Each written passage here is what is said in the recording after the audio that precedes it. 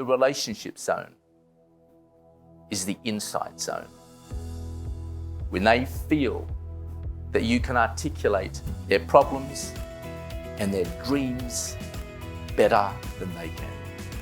That, my friend, is the essence of a relationship.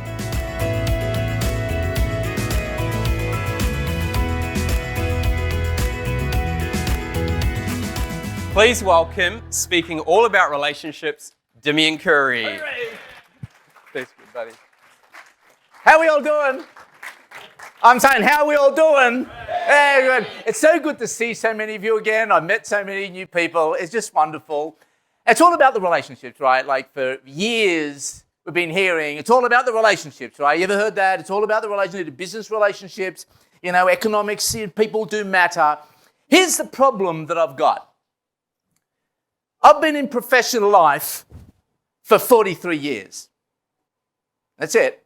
43 years. But does anybody else remember the Beatles in Australia? Oh, you do so. Come on.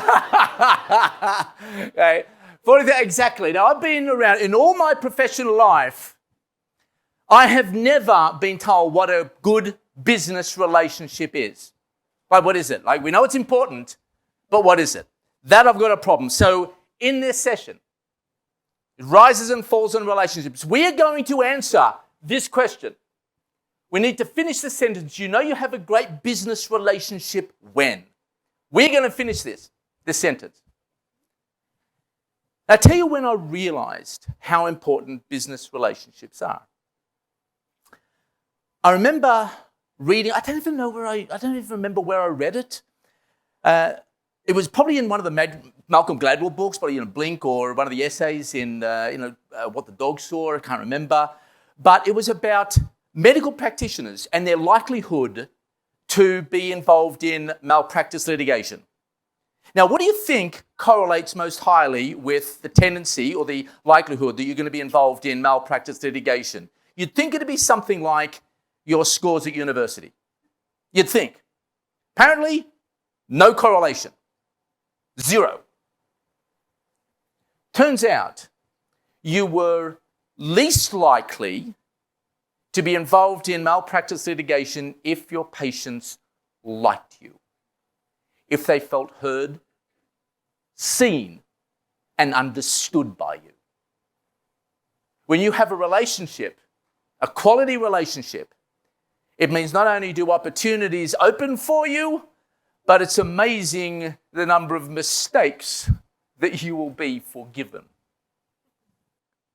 So what is it? How do you know? Like, we know it's important, but how do you know? How do you know you've got a great business relationship? All right, let's use some wisdom in the room. What I'd like you to do right now, break up into groups of 3 or 4, like half a table. What makes a great business relationship? You've got about 30 seconds. I want to know. Come on, break up.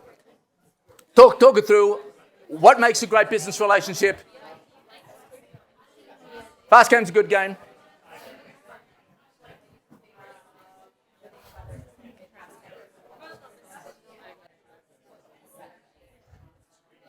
$12 more seconds. 3.5 more seconds. Time now. Let's reconvene. I wouldn't mind hearing from a few people.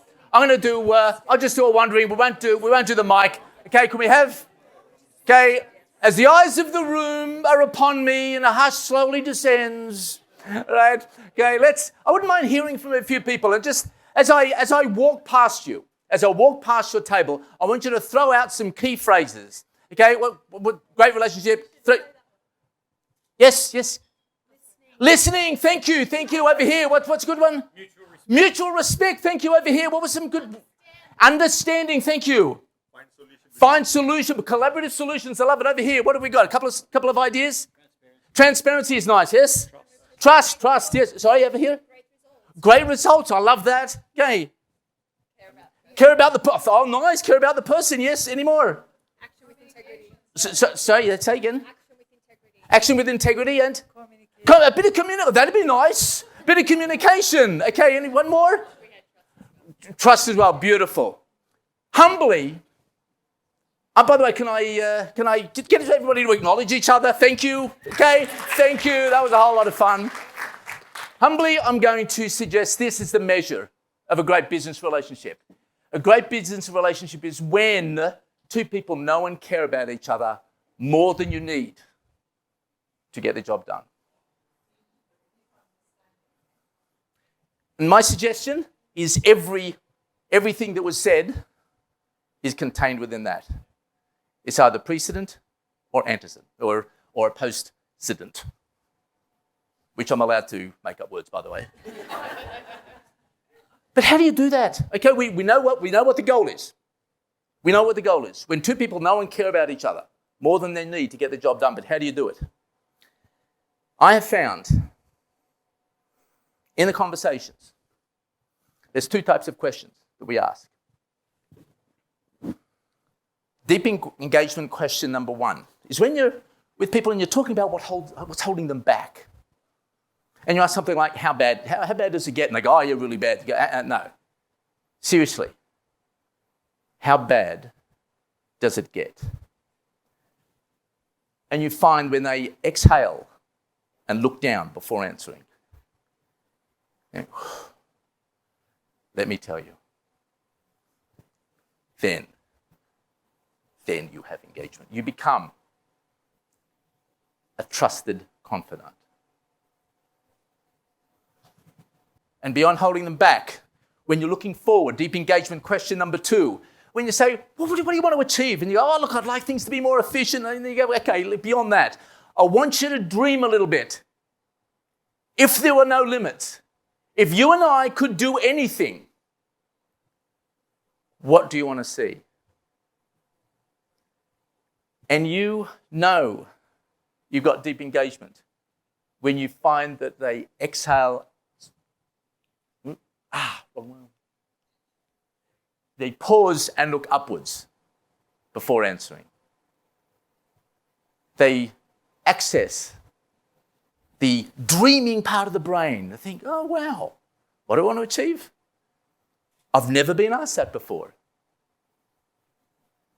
You become a co-creator of their future. And you know, this works for any kind of relationship. I've asked these kind of questions to the people in my team, to my peers, to my clients. I've asked these questions to my son, to my partner, Sarah.